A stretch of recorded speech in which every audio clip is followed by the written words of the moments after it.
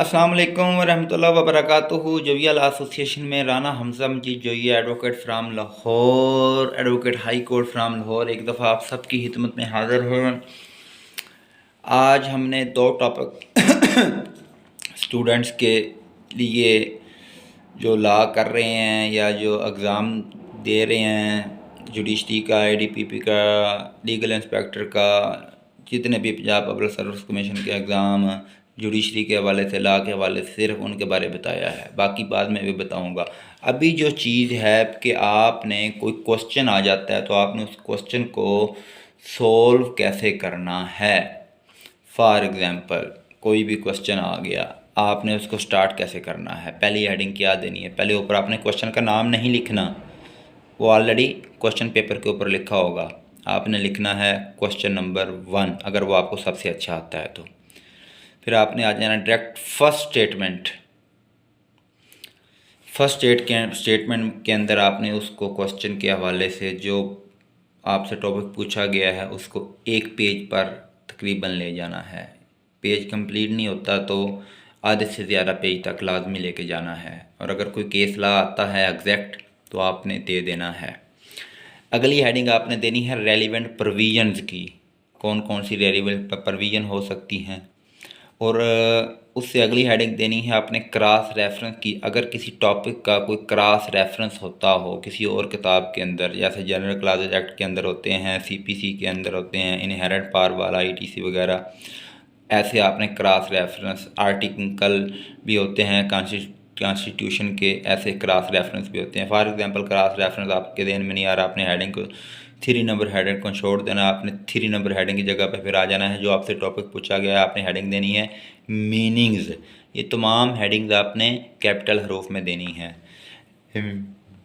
Meaning से बाद आपने आ जाना है डायरेक्ट डेफिनेशन पर। आपने डेफिनेशन अगर आपको प्रॉपर आती है तो ठीक है, नहीं तो आपने बड़े हरूफ में लिखना है कंसेप्चुअल डेफिनेशन और अपने अल्फाज में लिख देना है। फिर आपको इस टॉपिक के, इस डेफिनेशन के जो मीनिंग हैं के हवाले से कोई एग्ज़ाम्पल आती है तो आपने एग्ज़ाम्पल लाजमी देनी है, आपका पेपर बहुत अच्छा होगा। और अगर उसके अगली हेडिंग है एक्सप्लेनेशन, फिर जब आप एग्ज़ाम्पल दे देंगे तो आपकी एक्सप्लेनेशन करेंगे, उसकी तशरीह करेंगे तो आपके लिए बहुत ज़्यादा आसानी हो जाएगी। ये थी पहली 6 बहुत मेन इम्पोर्टेंट हेडिंग। इन 6 हेडिंग के 6 नंबर होते हैं, हर हेडिंग का 1 नंबर है। आगे आ जाते हैं हेडिंग 7 एसेंशियल्स, फीचर्स, इंग्रेडिएंट्स। ये एक ही वर्ड्स हैं, इनको बयान करना है। एक 6-7 एसेंशियल होते हैं ज़्यादा से ज़्यादा, हर एसेंशियल को 2 से 3 लाइन में बयान करना है। छोटे रोमन हरूफ होते हैं, एक ऊपर 1 डॉट, फिर 2 एक एक करके ऊपर 2 डॉट जो रोमन होते हैं। फिर आ जाना है हेडिंग 8 पर, बेसिक टॉपिक। जो आपसे टॉपिक पूछा गया है, फॉर एग्जांपल आपसे टॉपिक पूछा गया है काइंड्स ऑफ कत्ल, आपने कत्ल की डेफिनेशन देनी है, कत्ल के मतलब बताना है, कत्ल क्या होता है, कौन कौन से सेक्शन कत्ल को डील करते हैं। फिर आपने अगली हेडिंग देनी है number 9, important points of topic. इस टॉपिक के इम्पोर्टेंट पॉइंट्स क्या क्या हो सकते हैं। जाती बात है, आपने क्वेश्चन प्रिपेयर किया होगा तो आपको इम्पोर्टेंट टॉपिक भी मिल जाएंगे। मैं आपको इसके बाद या अगला जो लेक्चर हमारा जब भी होगा, मैं आपको एक क्वेश्चन पूरा तैयार करके समझाऊंगा, ठीक है। आगे फॉर एग्जांपल अगर उसने पूछी हुई है क्वेश्चन की काइंड्स भी, ये आ गई हेडिंग नंबर 10। आपने उसके अगर कोई 2-4 काइंड्स हैं तो आपने उन काइंड्स के नाम लिखने। अगर उसने क्वेश्चन के स्टार्ट में पूछा हुआ है कि काइंड्स को एक्सप्लेन भी करें तो फिर आपने 4-4, 5-5 लाइनों में हर काइंड्स को एक्सप्लेन भी करना है। अपने अल्फाज में भी कर सकते हैं, कोई इशू वाली बात नहीं। अगर केस ला आता है तो वेरी गुड। उसके बाद आपने आ जाना है हेडिंग 11, ऑब्जेक्ट। इस क्वेश्चन का मकसद क्या है, ऑब्जेक्ट क्या है। उसके बाद आपने आ जाना है हेडिंग 12 पर, स्कोप। इस क्वेश्चन का स्कोप क्या है। उसके बाद आपने आ जाना है हेडिंग 13 पर, पोजीशन इन पाकिस्तान। पाकिस्तान में इसकी क्या पोजीशन है, किस हद तक इन्फोर्समेंट है। हेडिंग 14 और लास्ट हेडिंग पे आ जाना है आपने फाइनल स्टेटमेंट। और ये तमाम हेडिंग आप हर सवाल में, हर क्वेश्चन में लिख सकते हैं। 14 हेडिंग्स, उसके अलावा अज़ाफ़ी जितनी भी हेडिंग हैं वो भी बीच में ऐड कर सकते हैं। जितनी हेडिंग ज़्यादा होंगी आपने शीट्स फिल करनी है ला के स्टूडेंटों ने। एडीपीपी के लिए ये हेडिंग्स नहीं है, ये सिर्फ ला के स्टूडेंटों के लिए है, क्योंकि एडीपीपी, सिविल जज, बाकी जो कंपटीशन के एग्ज़ाम होते हैं उनमें जस्ट टू द पॉइंट लिखा गया होता है।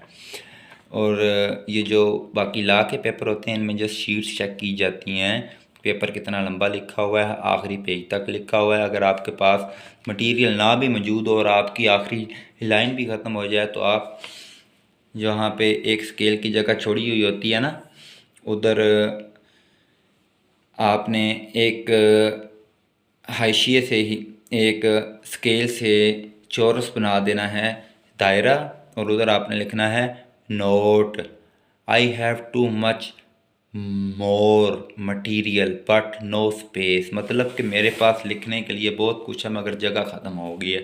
लेकिन जी ये था हमारा छोटा सा आज का टॉपिक। तो इंशाल्लाह अगले टॉपिक में हाज़िर होंगे, और अगला टॉपिक मैं सोच रहा हूँ कि हम सीआरपीसी को स्टार्ट करें। ये क्वेश्चन हम करेंगे discuss the law relating to issue of process and attachment of property of proclaimed offenders. I think ये क्वेश्चन काफ़ी बार आ भी चुका हुआ है, और सेक्शन 68 से लेके सेक्शन 89 सीआरपीसी का है, क्योंकि मैं चाह रहा हूँ कि हम पहले भी 4 इंपॉर्टेंट टॉपिक सीआरपीसी के डिस्कस कर चुके हैं। मैं बल्कि 5 या 6 मैं चाह रहा हूँ कि अब हम सीआरपीसी को स्टार्ट करें और साथ पाकिस्तान पिनल को स्टार्ट करें, और एक बुक साथ और स्टार्ट कर लें। वो या तो हम मुस्लिम फैमिली लॉ स्टार्ट कर लेंगे, या जुमेलाइन जस्टिस सिस्टम कर लेंगे, या control of narcotics act 1997 start कर लेंगे, तो या फिर उसके अलावा हम कॉन्ट्रैक्ट एक्ट स्टार्ट कर लेंगे। यानी कोई भी एक बुक इसके साथ सीआरपी के साथ एक बुक, बल्कि हाँ सॉरी याद आ गया, सीआरपी के साथ हम कानून शहादत क्यूएसओ स्टार्ट करते हैं, ताकि हमारा क्रिमिनल पीपीसी, सीआरपीसी और कानून शहादत तीनों बुक शुरू करते हैं। रोज़ाना का हर बुक के एक एक सवाल, एक एक सवाल, एक एक सवाल, कभी किसी के दो सवाल, दो सवाल, दो सवाल, जितना मैं टाइम मैनेज कर सकता हुआ। ठीक है, होप सो दैट आपको समझ आ गई होगी।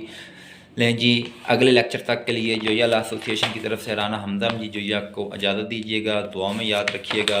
अल्लाह हाफ़िज़। पाकिस्तान जिंदाबाद।